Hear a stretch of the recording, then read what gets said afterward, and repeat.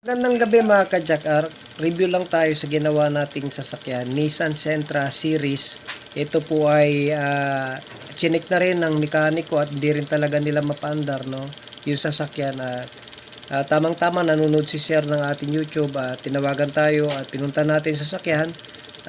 Ito mga ka-Jack, yung nangyari, silipin natin kung ano yung mga pangyayari kung bakit ayaw magtuloy, ayaw umandar ng sasakyan. May crank siya but no start, no? So crank no start ang tawag dito mga ka-Jack. Nagka-crank siya, nagre-redondo siya pero hindi siya nagtutuloy, hindi siya nag-start. So ito mga ka-Jack, tignan natin. So ito mga ka-Jack, of course chine-check natin isa-isa. Check natin yung fuel gas niya na meron pong pumapasok na fuel. So ibig sabihin good yung kanyang fuel pump, talagang malakas bumabato. Ngayon ang chine-check ko naman kuryente, kasi nga walang kuryente mula sa spark plug, no? So ang ginagawa natin, chine-check natin distributor mga ka-Jack. So check natin kung meron ba siyang supply itong kanyang socket papuntang distributor. So upon checking, meron naman kuryente mga ka-Jack. No, ayan, meron na nakita naman natin meron siyang supply, pero bakit ayaw pa rin i-start mga ka-Jack? So i-check pa rin natin kung ano yung mga possibility, no? Kasi minsan maaaring isipin natin ignition coil o kaya yung tinatawag na igniter diyan sa loob ng distributor mga ka-Jack.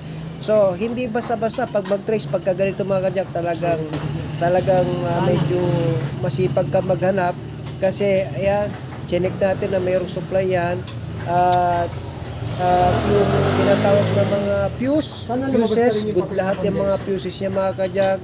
Ayan, may supply yan, ay chinek na natin at maayos po yung kanyang ground, wala siya mga ka-Jack, pero pag nagka-crank ka supposedly magkakaroon yan. So anyway,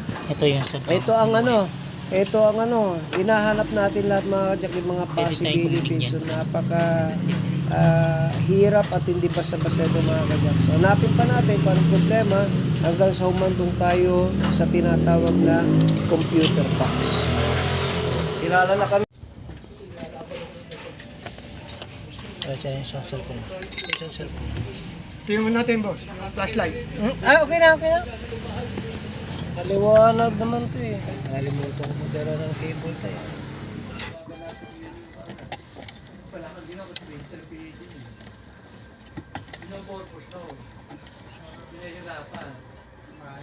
Pasok na ba? Dito, sumayasang ka.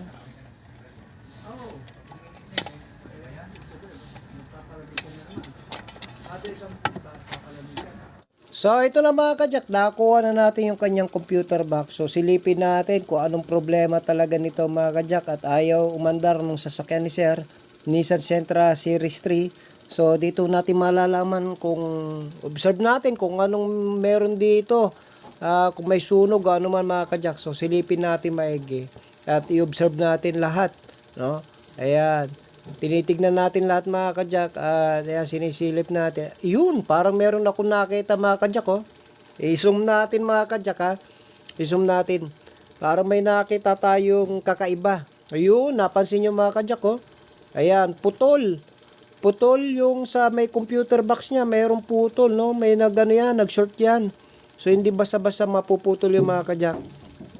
So, ayan, nakita na natin agad ang problema. Sigurado tayo dyan, 100% tayo dyan mga ka-Jack, kung bakit tayo mag-start ng Nissan Sentra Series 3 ay ito ang dahilan. So, kaya yung mekaniko rin, nahirapan siya maghanap kung anong problema, kasi talagang hindi mo mapapaandar yan mga ka-Jack, oh. Kita nyo may putol siya. So, yan ang nangyayari sa Nissan Sentra Series 3, no?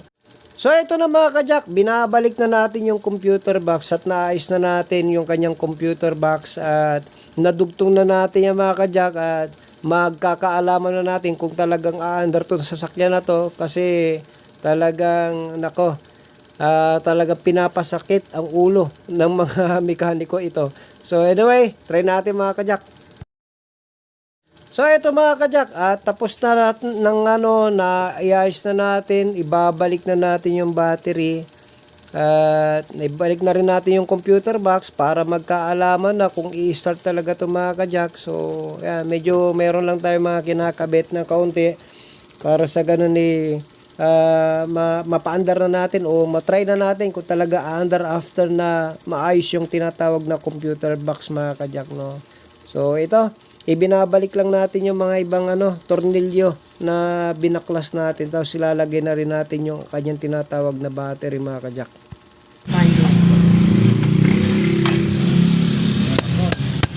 Ano mo na lang mamaya, alisin din natin mamaya, i-try natin alisin. I-try mo alis yung isang battery mamaya. So, okay na mga kajak. Kaya natin start ang sasakyan. Tapos na, naayos na natin yung computer box. Start natin.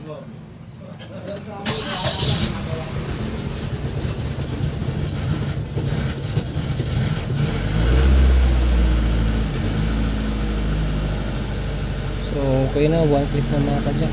Ayan mga kajak, no? Nag one click naman yung ating tinatawag na ginagawa sa sasakyan. So, medyo mataas pa yung minor kasi cold start, kaka-under lang. Tapos medyo may mga magagaspang pa at ang ingay pa sa labas. So, pasensya na mga kajak. So, anyway mga kajak, 1,500, no? Ayan, mamaya bababa naman yung mga kajak pagka na-reach na yung tamang RPM.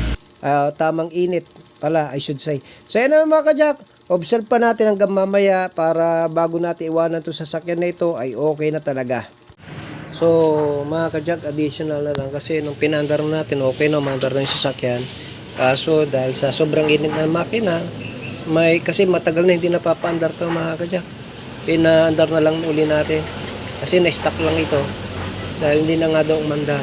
So biglang pumutok naman yung hose, no, sa sobrang init. May mga dumi-dumi na at may mga kalawang na pumutok yung hose. Kaya ayan, inaayos natin yung hose sa ilalim ng exhaust. So anyway, nag-troubleshoot tayo mga kajak kasi ayaw talaga mandar. Naghanap tayo sa electrical hanggang sa pinakadulo ay pinuntahan natin yung computer box.